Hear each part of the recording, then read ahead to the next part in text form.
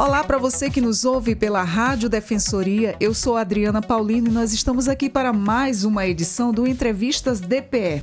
E hoje nós vamos conversar com a defensora pública Mariana Lorenzi, que fala sobre a trajetória e a adaptação aí em Roraima, aqui no nosso podcast do Entrevistas DPE. Seja muito bem-vinda, doutora Mariana, ao Entrevistas DPE. Muito obrigada, Adriana. Gostaria de cumprimentar todos e todos que nos escutam hoje. Doutora, como foi a sua trajetória até se tornar defensora pública? Conta pra gente. Adriana, não foi um caminho fácil. Acho que todos que passam pelo percurso do concurso sabem que cada jornada é uma, com seus desafios e particularidades, porque cada família e cada contexto é diferente um do outro.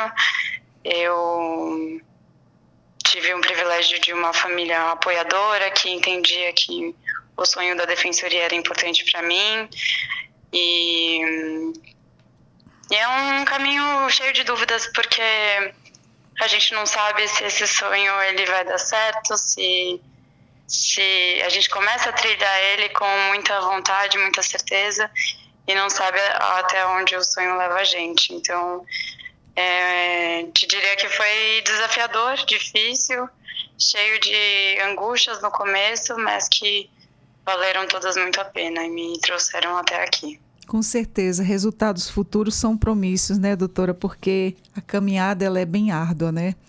E você tem aí um master, né, em estudos de gênero aí pela Universidade de Paris. Como essa especialização vai influenciar a sua atuação na Defensoria Pública? Adriana, sim, eu fiz essa formação em estudos de gênero lá em 2017, 2018 e voltei para o Brasil logo na advocacia, né, enquanto eu advogava, enquanto eu estudava para o concurso. Essa formação me deu um gás para trazer o debate sobre gênero para dentro dos processos. Então, trabalhava com as questões da violência doméstica, mas não só, fazia parte de uma rede de advogadas feministas. Então, sempre foi um tema que me sensibilizou, um olhar que fosse... me sensibilizou a ter esse olhar voltado a entender um pouco as dinâmicas de gênero, né? Então, e quando a gente fala sobre gênero, as possibilidades são tão amplas, né? Esse curso não era exatamente um curso sobre feminismo, mas era um curso bastante multidisciplinar, então tinha disciplinas de antropologia, de história, de sociologia, de direito, um curso feito no exterior, então com algumas limitações para estudar o direito estrangeiro, né? No caso ali na França, mas de uma certa forma era um mestrado acadêmico que voltava muito para esse olhar multidisciplinar sobre as relações de gênero. Então, como se formam, como se dão em diferentes sociedades e em diferentes grupos, quais recortes que são reforçados, qual a relação entre gênero e classe, qual a relação entre raça e gênero, qual a relação entre dinâmicas sociais, família, formação da família, casamento, enfim, era realmente bastante amplo. E essa formação, ela me traz esse desafio, assim, de pelo menos pensar as relações, os conflitos diários que a gente vê, se depara no trabalho, agora na defensoria, com algumas pulgas atrás da orelha, assim, algumas problemáticas que acho que o curso ele dá instrumentais e ferramentas para eu entender com talvez uma maior complexidade, não sei, pelo menos assim espero. Entendo. E, doutora, como é que você enxerga aí a importância da Defensoria Pública na defesa dos direitos humanos e dos grupos vulneráveis? A Defensoria Pública é uma instituição vocacionada pelo seu perfil constitucional, pelo seu DNA, para a tutela dos direitos humanos, dos grupos mais vulneráveis E eu entendo que a defensoria ela é um verdadeiro canal, né? Tem uma defensora do Rio de Janeiro que fala que a defensoria serve de megafone das lutas. Então, é uma instituição que dialoga com a população, quem mais precisa, e amplifica, né? Dá mais potência a demandas reais que existem, que são das pessoas, dos dilemas, dos problemas e das questões pessoais da vida das pessoas. E a Defensoria é uma instituição vocacionada a fazer esse diálogo, a levar para frente, a dar visibilidade, maior conhecimento, reforçar essas lutas. Exatamente. E, doutora, conta pra gente agora como é que está sendo aí o processo de adaptação aí ao clima, à cultura de Roraima, sendo você natural de São Paulo, o nosso clima aqui bem quente, sendo que São Paulo é um clima mais ameno, né?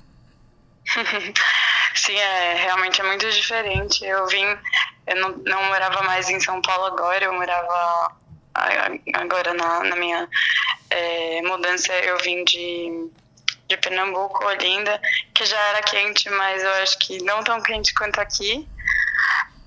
Aqui, Olinda, de certa forma, me preparou para o calor daqui, mas ao mesmo tempo é muito quente, não estou acostumada. Eu não estou acostumada com os choques térmicos do entra e sai do ar-condicionado para o calor. É verdade. Isso eu não estou acostumada. E, sem dúvida, ainda tem outros choques culturais, como horários, a dinâmica, o dia do trabalho é muito diferente, os horários, as atividades em ar livre também são outra parte do dia que muda em virtude da temperatura daqui. Tudo isso ainda estou me habituando, me acostumando, mas sem dúvida ainda são muitos choques culturais que eu vou levar. Entendo. Espero que eu aprenda com eles, né? Ou se adapte, né, doutora? E o que você já sabia sobre a cultura de Roraima antes de vir para cá? Eu sabia que é um estado com uma população indígena assim, substancial, então tem uma herança cultural, né, social, tributária aí da população indígena do estado. Eu acho que isso, sem dúvida, é um contato que eu ainda almejo ter, assim, um letramento sobre as questões indígenas. Isso, eu sou uma curiosa, uma aprendiz sobre a história do estado.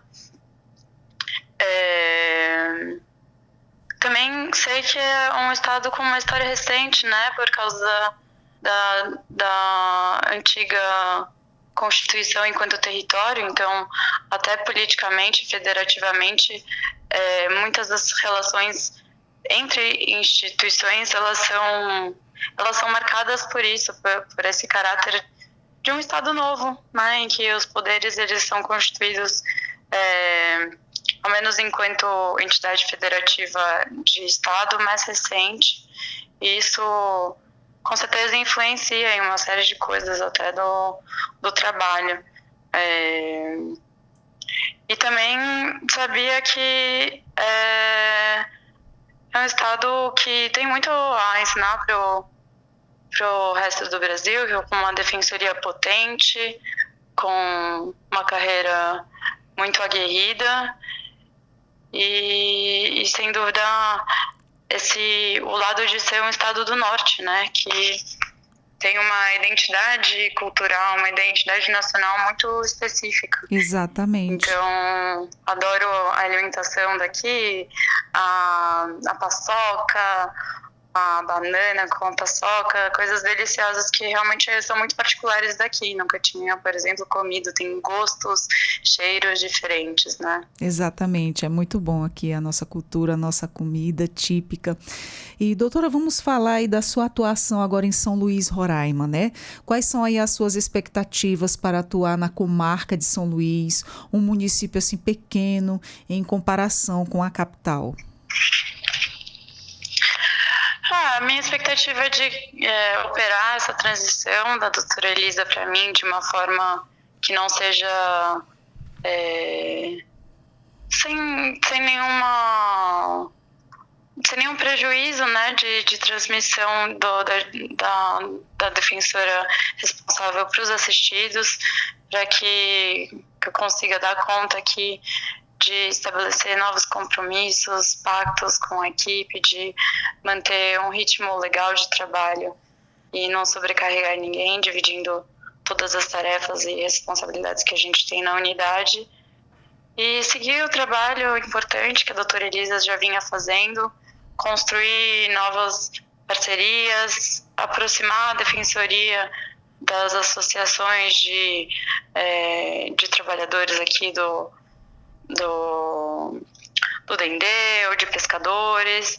Eu tenho essa vontade de levar a defensoria a campo, assim que a gente tiver com os nossos prazos e demandas em dia, todos mais tranquilos.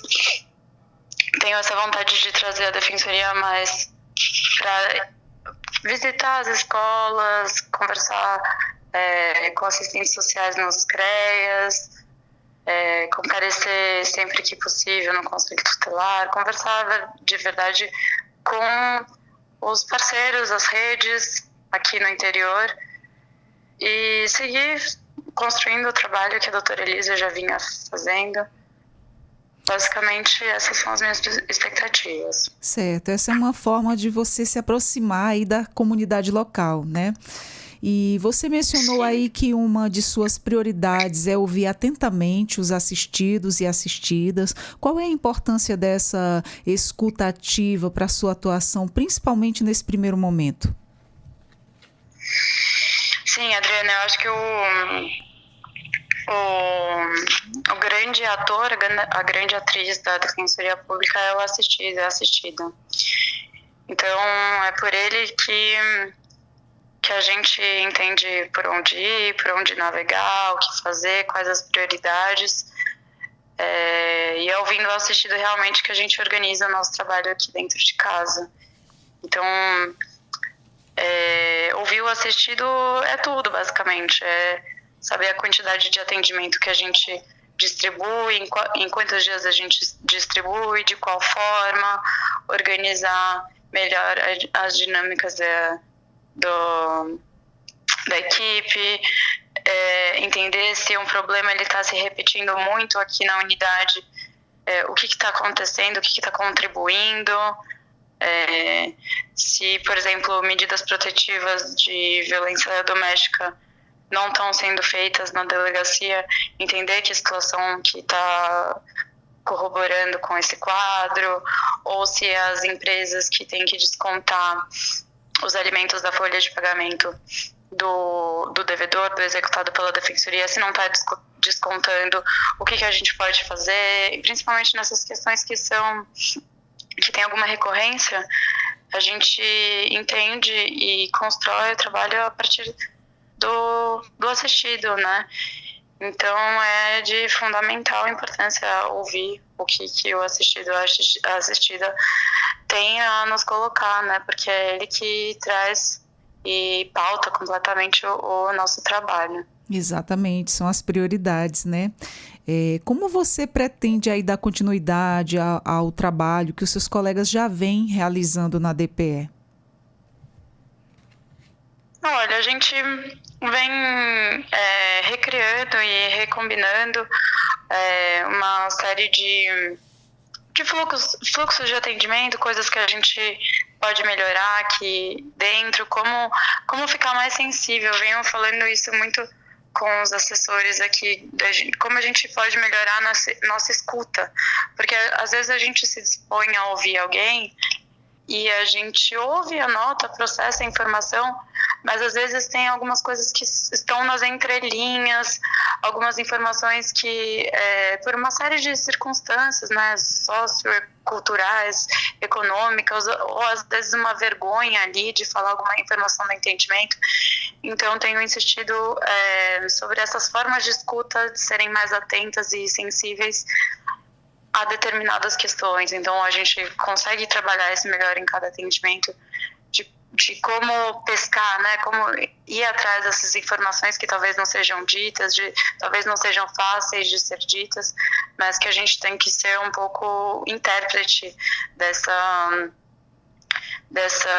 desses entrelinhas, sabe? Então, essa é uma questão que a gente tem trabalhado e dialogado muito em equipe aqui em São Luís. Doutora, quais são Isso. Diga. Pode continuar, perdão, lhe interrompi. E no mais é de dar conta, porque o trabalho é muito, então fazer o básico já é bastante coisa, porque a gente tem bastante trabalho aqui em São Luís. Doutora, tem assim alguma ideia nova que você pensa em implementar em sua atuação na Defensoria? Olha que pergunta difícil, Adriana. Assim, de imediato, nada, não venho pensando em nada de estrutural. A gente vai percebendo em cada processo, em cada caso, que existem algumas situações que podem ser alteradas, que podem ser dialogadas, mas eu acredito, acho que eu compartilho muito dessa opinião junto com os colegas de que também a Defensoria não faz nada sozinha. Então, em muitas dessas situações que a gente percebe, isso aqui não está legal, pode melhorar. Então, eu primeiro tenho tido cuidado de sondar os colegas, de procurar a própria administração, de entender realmente, até nas coordenações, né, se existe alguma posição interna já sobre determinado tema, alguns ritos, alguns detalhes dos processos aqui no interior, eles são muito diferentes, porque logicamente o interior tem mais carências do que a capital, tem equipes reduzidas, então em muitas matérias isso pode ocasionar, por exemplo, flexibilizações de ritos e de processos, e para cada situação, acho que o encaminhamento é diferente. Para cada situação precisa ser entendida com bastante especificidade, de ter toda essa conversa antes, para também não existir um voluntarismo da minha parte de querer mudar, o que às vezes algo pode acarretar uma resposta ruim. Então, eu acho que todas as iniciativas, as vontades de mudança, quando elas forem necessárias, elas são bem-vindas e elas vão ser pensadas com muito, muito carinho. Mas eu acho, Adriana, eu procuro ter esse cuidado de ouvir todos os colegas e coletar várias opiniões, principalmente meus colegas que são mais velhos de carreira e têm mais experiência, para que todas essas decisões de mudanças elas sejam bem calculadas, tendo em vista principalmente que a gente lida com vidas, com questões delicadas, das mais diversas ordens.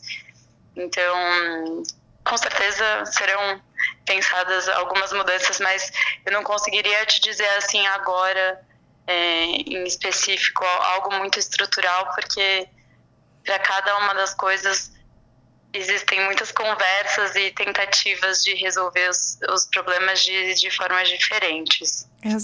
Até porque você está chegando, né, conhecendo, é tudo muito novo, e aí vai conforme a demanda, vai conhecendo o público atendido, e aí vai surgindo ideias conforme a demanda, não é isso? A Defensoria Pública de Roraima, doutora, ela tem uma atuação aí premiada junto às comunidades indígenas. Como é que você enxerga aí a importância desse trabalho? Eu acho que o trabalho, eu acho e as defensorias nacionalmente acham, tanto é que a prática foi premiada. Eu acho que o trabalho é super especial e importante e foi nacionalmente reconhecido.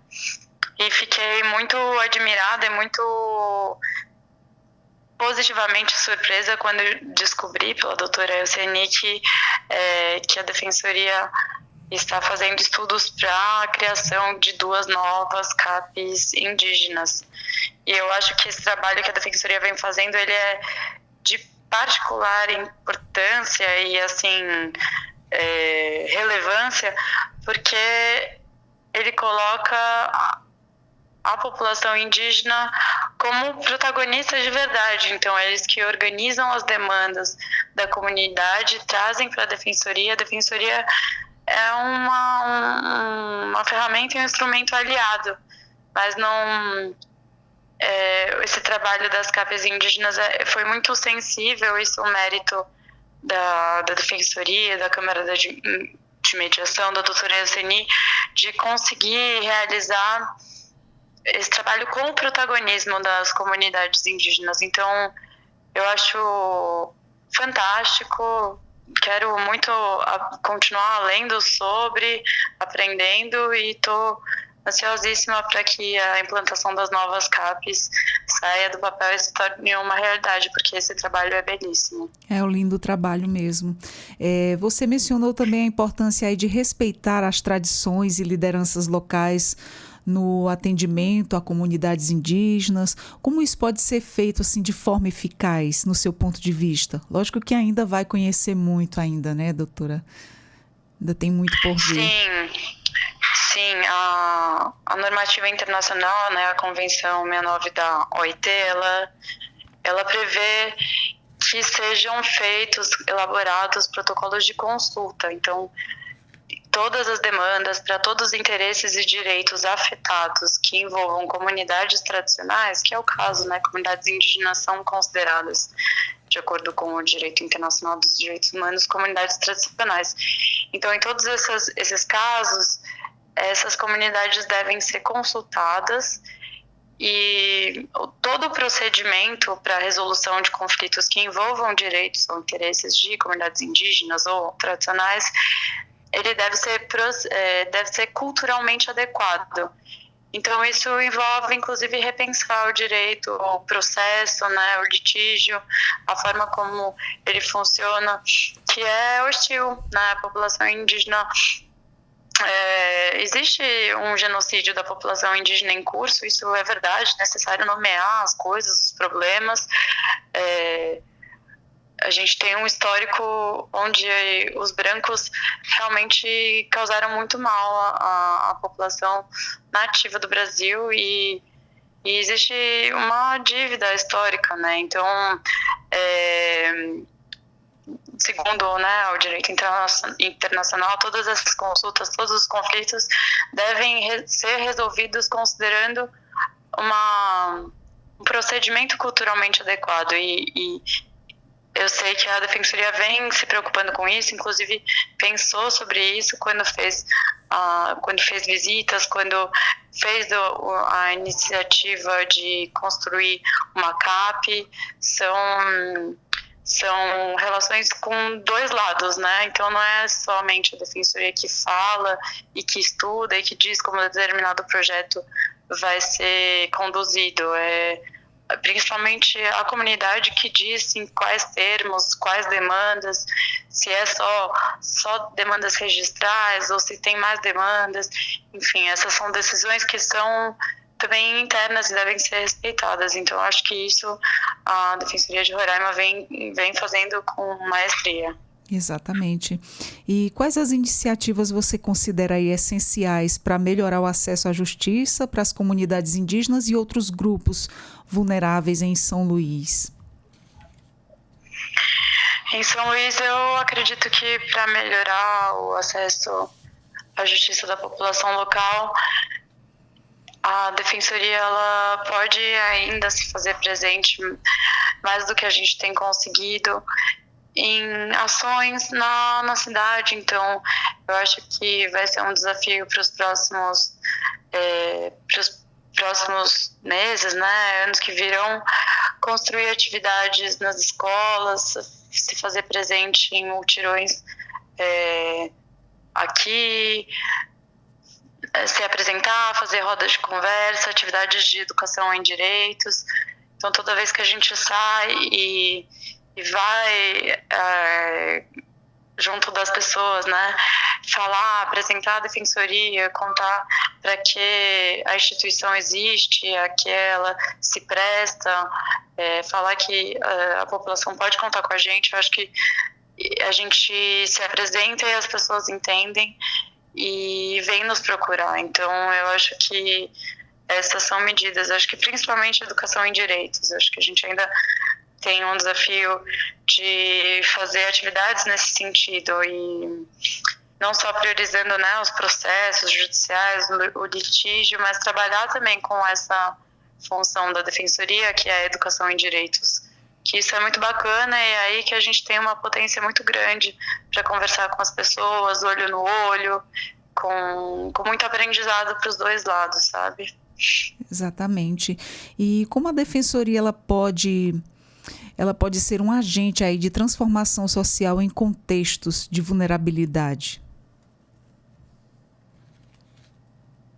Para ser uma agente transformadora, eu acredito que a defensoria ela tem que continuar ouvindo os assistidos e construir estratégias de atuação que nos conduzam a obter resultados interessantes. Então, acho que para cada dilema, né, para cada conflito ou situação, seja no civil, seja no criminal, eu acho que a palavra aí é litígio estratégico, né? Quando existir processo, óbvio, mas não só litígio, né? Mas fora do processo, uma atuação estratégica, né? Da defensoria pensar em objetivos e metas e caminhos de como chegar neles, construir e consolidar parcerias,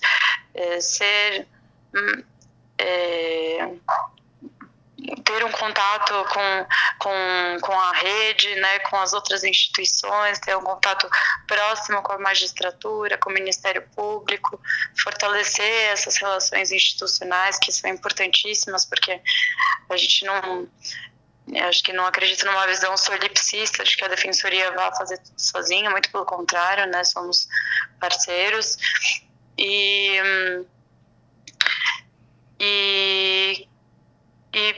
divulgar, né? Eu acho que divulgar as atuações que foram que tiveram êxito, né, dos próprios colegas, divulgar assim como a gente já faz nos grupos, mas divulgar entre a carreira os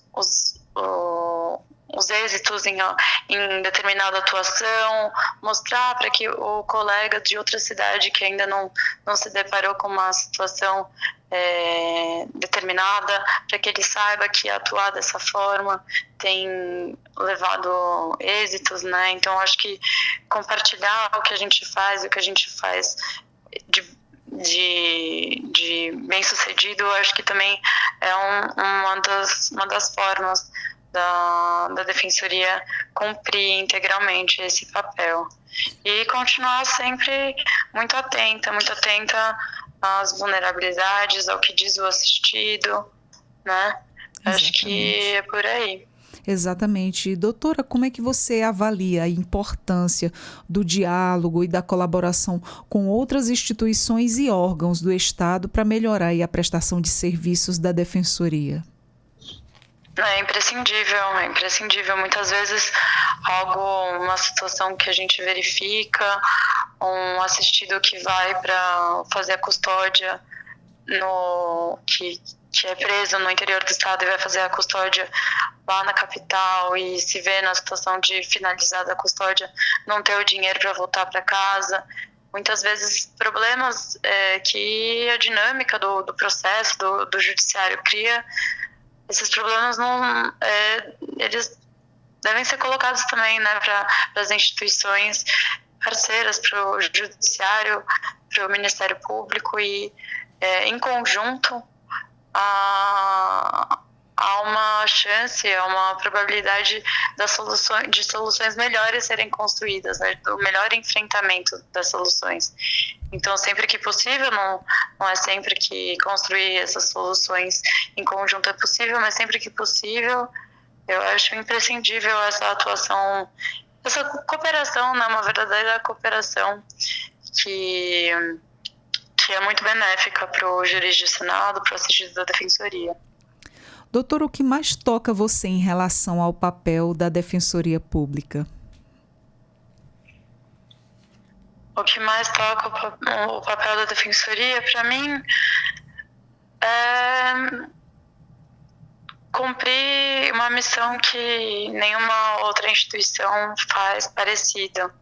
O Ministério Público não faz atendimentos como a Defensoria faz, a magistratura tem outra relação com as pessoas, né? Uma relação decisória, de se colocar em outra posição. Eu acho que a Defensoria conversa com as pessoas e tenta se colocar numa relação de alteridade com o outro, né? De ficar o mais próximo das três instituições do Judiciário, mas agora eu não estou entrando no mérito da Procuradoria, mas a Defensoria é quem mais vê o pobre, quem mais vê o necessitado e o vulnerável, e que está mais perto desses problemas. Isso, de uma certa forma, coloca muitas situações tristes na frente do defensor, no gabinete do defensor, no atendimento da sala da defensoria, mas ao mesmo tempo também disso esse é o objeto de trabalho, e com isso a defensoria pode também sensibilizar os corações e mentes do Poder Judiciário. Eu acho que é isso que me impressiona, acho que é isso que me toca. Realmente é um papel de falar olhando para situações que muitas vezes são tristes, que são difíceis, né? E acho que esse lugar específico que dialoga com essas pessoas é o que mais me admira sobre a Defensoria. É a ajuda ao próximo, né? É ajudar aquele mais vulnerável, aquela pessoa que não tem condições de estar pagando ali pelos seus direitos. E a Defensoria vem atuando nessa parte aí com a população. Isso é muito bonito, né, doutora? Você sentir aquele papel de missão cumprida quando você pôde ajudar alguém ali, bem necessitado. E que tipo de legado você gostaria de deixar em sua atuação na Defensoria Pública de Roraima? Eu gostaria de diminuir o nível de ilegalidade no processo penal, gostaria de contribuir para diminuir o nível de nulidades, ilegalidades, de dar visibilidade à desproporcionalidade como a polícia militar age aqui no interior. Muitas vezes existem algumas situações de abuso de autoridade pelos policiais, que se veem num lugar sem muita vigilância. Então, de levar a público essas informações, entender melhor alguns relatos que se parecem com relatos de tortura aqui no interior, e no cível, na família, contribuir para que os assistidos tenham garantido seus direitos a tempo, que a gente consiga dar conta de da infinitude de assuntos que vem parar na nossa mesa, e que muitas das questões registrais, alguns problemas difíceis, até de difícil resolução, sejam resolvidos com maior facilidade. Às vezes construir fluxos e dinâmicas melhores com os próprios cartórios daqui, porque muitos relatos de problemas com documentação, e espero conseguir estar mais presente, então conseguir conhecer as associações aqui de pescadores, de trabalhadores do Dendê, de sair também para conhecer a rede, né, os CREAs, conselhos tutelares, escolas, e me apresentar enquanto nova defensora daqui, e apresentar a instituição também, falar que eles podem contar conosco. Muito bem. E quais são aí as suas principais inspirações no campo do direito e da justiça social? minhas principais inspirações. Poxa, essa pergunta é difícil. Nomes você gostaria? Ou inspirações em leituras? Inspirações de modo geral, doutora, o que te inspirou? No campo do direito, da justiça social? Ou alguma situação, ou pessoas? Fica à vontade. A minha trajetória ela tem uma influência importante da pastoral carcerária. Então, acho que, bem ou mal, a teologia da libertação foi algo que me aproximou de um certo entendimento das coisas, não sei, que é muito tributário aí dos movimentos sociais. Acho que também tem uma formação muito próxima do Movimento Sem Terra, MST, lá de São Paulo. Então, acho que a minha formação jurídica, ela sempre teve muita influência dos movimentos sociais e de todos os advogados de assessorias jurídicas populares, defensores colegas de São Paulo, Pernambuco. Eu tenho muitas referências, acho que seria injusto começar a nomeá-los, porque eu, sem dúvida, esqueceria de alguém, mas eu deixo eles aqui lembrados, e gostaria de dizer que acho que minha maior referência na atuação jurídica são, na verdade, os movimentos sociais. Então, sou muito tributária assim, da pastoral carcerária, do MST e de todos os advogados próximos e defensores também sensíveis à atuação dos movimentos sociais, porque também os movimentos sociais têm uma atuação no direito importante que deve ser reconhecida. Exatamente. E como você imagina aí o futuro da Defensoria Pública de Roraima e qual aí o seu papel nesse processo? Vislumbro um futuro muito promissor. Acho que é uma instituição muito equiparada, com características muito boas, de uma carreira muito aguerrida, muito que luta muito pelos seus assistidos, e eu me vejo sendo aprendiz e interessada em querer crescer com o aprendizado dos colegas, com a experiência dos colegas. Adoro aprender com as pessoas que têm mais experiência que eu, de reconhecer, de me colocar na posição também de aprendiz, de alguém que está sempre disposta a aprender, que o aprendizado é infinito. E me vejo muito feliz e realizada na Defensoria, querendo construir essa instituição tão linda, tão amada. Verdade. E que ela seja cada vez mais potente, mais vocalizadora desses sonhos e lutas dos assistidos. Verdade. E durante a sua chegada, você disse que o Brasil tem muito a aprender aí com o Norte. Pode explicar pra gente? Sim, eu acho que eu disse isso, que o Brasil tem muito a aprender com o Norte, porque de certa forma eu acho que o Norte é injustiçado, né? Quando a gente pensa no Sudeste, eu acho que as pessoas às vezes têm um pouco conhecimento sobre o Norte, pouco conhecimento sobre o país no Norte, mas de certa forma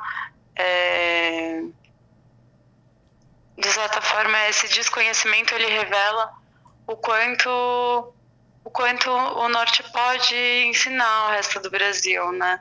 Sobre não ser só um lugar de carências, né? Mas sobre ser um lugar cheio de riquezas. Então, eu acho que quando eu digo o Norte tem muito a ensinar para o resto do Brasil, desse lado de que às vezes eu mesmo me coloco no lugar de alguém de São Paulo que quando estudou sobre o Brasil, estudou sobre a história do Brasil, e não passa tanto tempo, né, detidamente sobre a história do interior do norte. E eu acho que isso é importante, e a gente não deveria, né, o brasileiro não deveria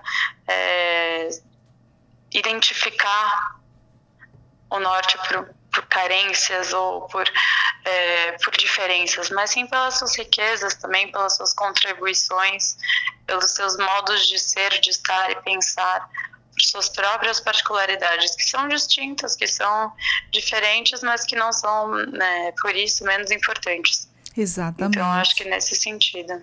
É verdade. E qual mensagem, para finalizarmos aqui a nossa conversa, que está muito boa, conversar com você, doutora, qual mensagem você gostaria de deixar aí para as pessoas que serão assistidas pela Defensoria Pública em São Luís? Gostaria de deixar uma mensagem para que todo mundo que vem à unidade de São Luís, que se sinta bem-vindo, que não esqueça os documentos solicitados no atendimento, porque a gente precisa instruir as peças direitinho. Brincadeira. A recomendação, a minha fala seria no sentido de sintam-se acolhidos, venham conversar com a gente, venham para o atendimento, marquem, apareçam, a Defensoria está de portas abertas e nos procurem. É de verdade uma mensagem para que a gente se coloque à disposição da população. Nos procurem e assim que a gente tiver com uma situação um pouco mais estabilizada, agora a gente acabou de transicionar da doutora Elisa para mim, a gente também vai a campo visitar todas as instituições e se apresentar, mas nos procurem, venham, as portas estão abertas, essa é a minha mensagem.